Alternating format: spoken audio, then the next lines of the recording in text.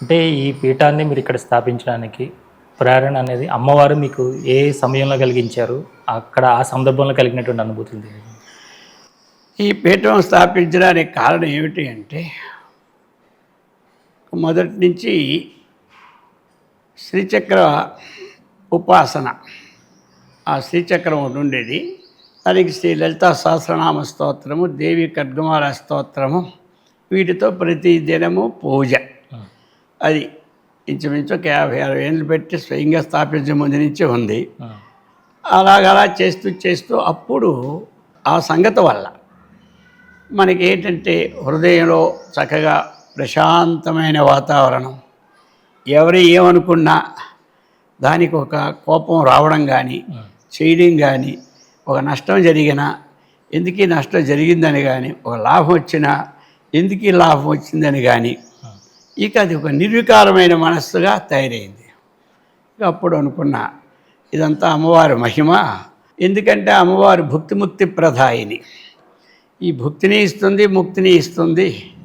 పురుషార్థ ప్రద పూర్ణ భోగిని భువనేశ్వరి, ధర్మము అర్థము కామము మోక్షాన్ని ఇచ్చినటువంటి అమ్మవారిని లోకంలో అందరూ కూడా ఇటువంటి శాంతి వాతావరణం నెలకొనడమే లోక కళ్యాణం కోసం. సరే, ఇంకా ఈ సృష్టికి హేతువైన ప్రకృతి అమ్మ ఉంటే అన్నీ ఉన్నట్లే అన్నీ లోకా సంస్థ సుఖనభ జరుగుతుందనే ఉద్దేశంతో అమ్మవారిని ప్రతిష్టాపన జరిగింది.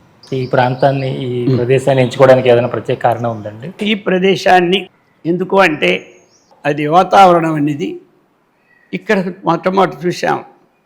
అంతా చూస్తే శక్తి ప్రదేశాల్లో కొంచెం అలజడులన్నీ కనబడ్డాయి.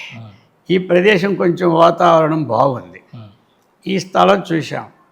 ఈ స్థలం చూసిన తర్వాత కూడా ఈ స్థలంలో ఒక ప్రశాంతమైన వాతావరణం కనబడింది.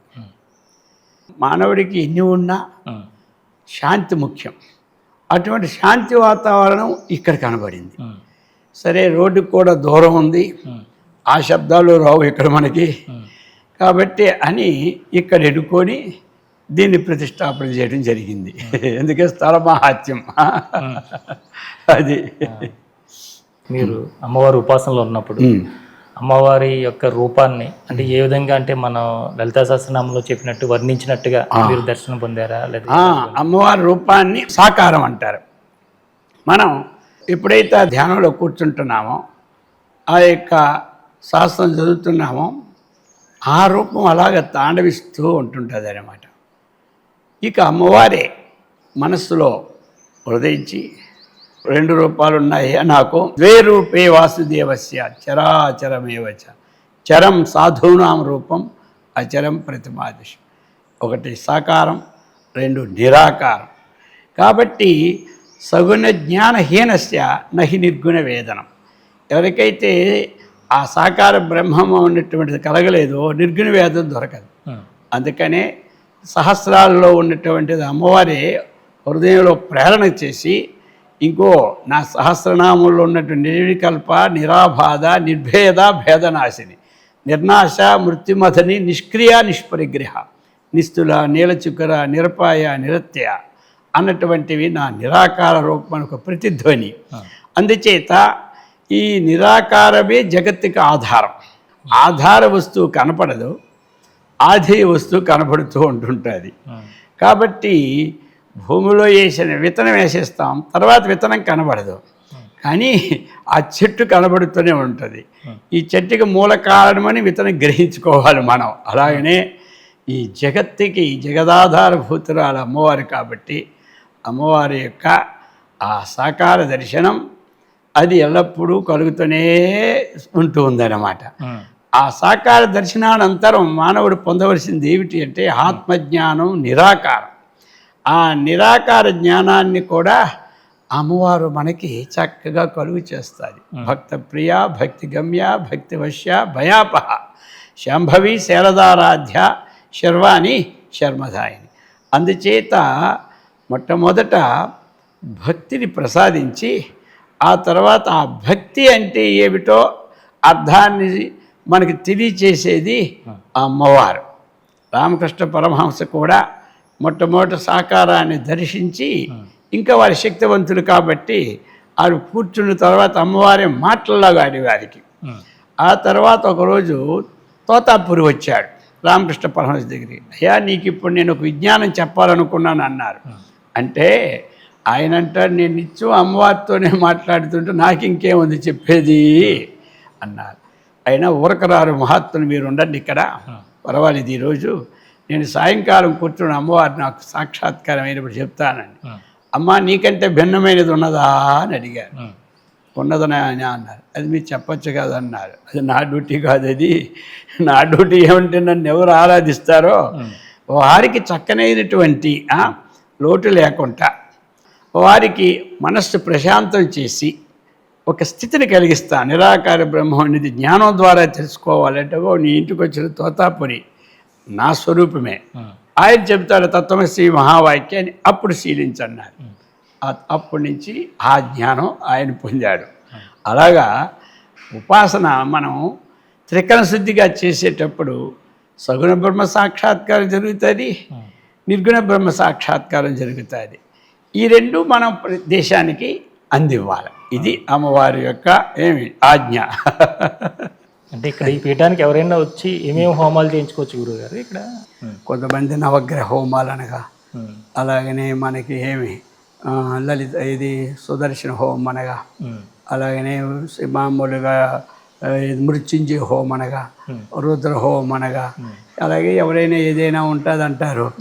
ఆ విధంగా లలిత హోమం అనగా, మహాలక్ష్మి హోమం అనగా, మేధా హోమం అనగా, ఇలాగా వాళ్ళకి ఏది అవసరమో అది చేస్తారండి. అది అవసరాన్ని బట్టి వాళ్ళ అవసరాన్ని బట్టి సామూహికంగా కూడా జరుగుతుంటాయండి. సామూహికంగా ఎప్పుడు జరుగుతాయి. సామూహికంగా ఏమిటంటే ప్రతి సంవత్సరము చాతుర్మాసం పెడతాం 2 నెలలు. ఆ 2 నెలలు ఉంటుంది. 2 నెలలు ఎలాగంటే ఇప్పుడు ఉదయం మనకి 7:30కే క్లాస్ పెడతాం, 9 వరకు పెడతాం. 2 నెలలు, 4 నెలలు పెడతాం. కొన్నాళ్ళు మళ్ళీ బయట వెళ్ళాలి కాబట్టి 2 నెలలకు తెచ్చాం. కాబట్టి రేపు ఆషాఢ శుద్ధ ఏకాదశి జూన్ 15 ప్రారంభిస్తున్నాం. మళ్ళీ భాద్రపద శుద్ధ ఏకాదశి 2 నెలలు చాతుర్మాసం చేస్తాం. ఈ 2 నెలల్లో ఉదయం పూట సబ్జెక్ట్ ఉంటుంది, సాయంకాలం ఒక సబ్జెక్ట్ ఉంటుంది. ఉదయం 7:30కి ప్రారంభిస్తాం, 9 గంటలకు అయిపోద్ది. 9 గంటలకు వచ్చిన భక్తులందరికీ టిఫిన్ సెక్షన్ పెడతాం. 10 గంటల నుంచి మళ్ళీ భగవద్గీత పారాయణ, విష్ణు సహస్రం పెడతాము. అది సామూహికంగా వస్తారు. మళ్ళీ 12 గంటలకు అయిపోద్ది. ఆ 1 గంటకి అప్పుడు మళ్ళీ భోజనం చేస్తారు. మళ్ళీ సాయంకాలం నేను క్లాస్ 4 నుంచి సామూహిక అది లలితా సహస్రం, అది ఎల్లప్పుడు ఉంటుంది, నిత్యం జరుగుతుంది. అది అప్పుడు కూడా ఉంటుంది. మళ్ళీ 5 నుంచి మన ఉపన్యాసాలు ఉంటాయి 6 వరకు. ప్రతి ఏకాదశికి 18 అధ్యాయాలు పారాయణ. ఇప్పటికి పెట్టి నుంచి 22 సంవత్సరాలు అయిపోయింది. ప్రతి ఏకాదశికి 18 అధ్యాయాలు పారాయణ. వచ్చిన వాళ్ళందరికీ ఆ పారాయణ భోజనాలు. నిత్యము భక్తులు ఎవరు రానివ్వండి, మనకి ఆ టైంకి వచ్చిన వాళ్ళందరికీ భోజనాలు మాత్రం అది అమ్మవారి ప్రసాదం అది ఉంటుంది. అలాగనే వార్షికోత్సవం జరిగితే సంవత్సరానికి 3 రోజులు మహాత్మునాథుని పిలిపిస్తాం. ఆ 3 రోజులు ఉంటుంది. మన శంకరాచార్య జయంతి మహోత్సవం ఇవి జరుగుతూ ఉంటుంటాయి. ఇక విశేష కార్యక్రమాలు అప్పుడప్పుడు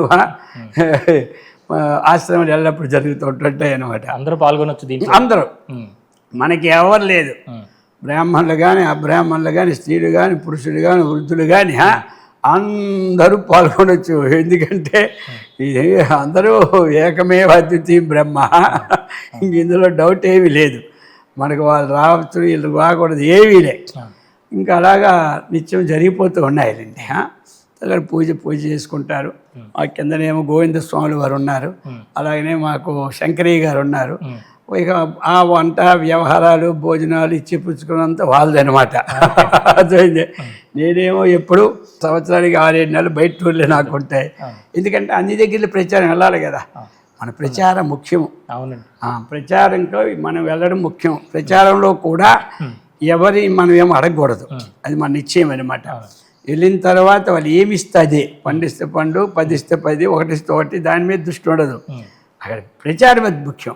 ఇప్పుడు మనకు కావాల్సింది ఏమిటి? ఆధ్యాత్మికంలో ప్రజలు బాగుపడాలి, జ్ఞాన ప్రసాదం, వాళ్ళు బాగవ్వాలి, లోకాన్ని బాగు చేయాలి.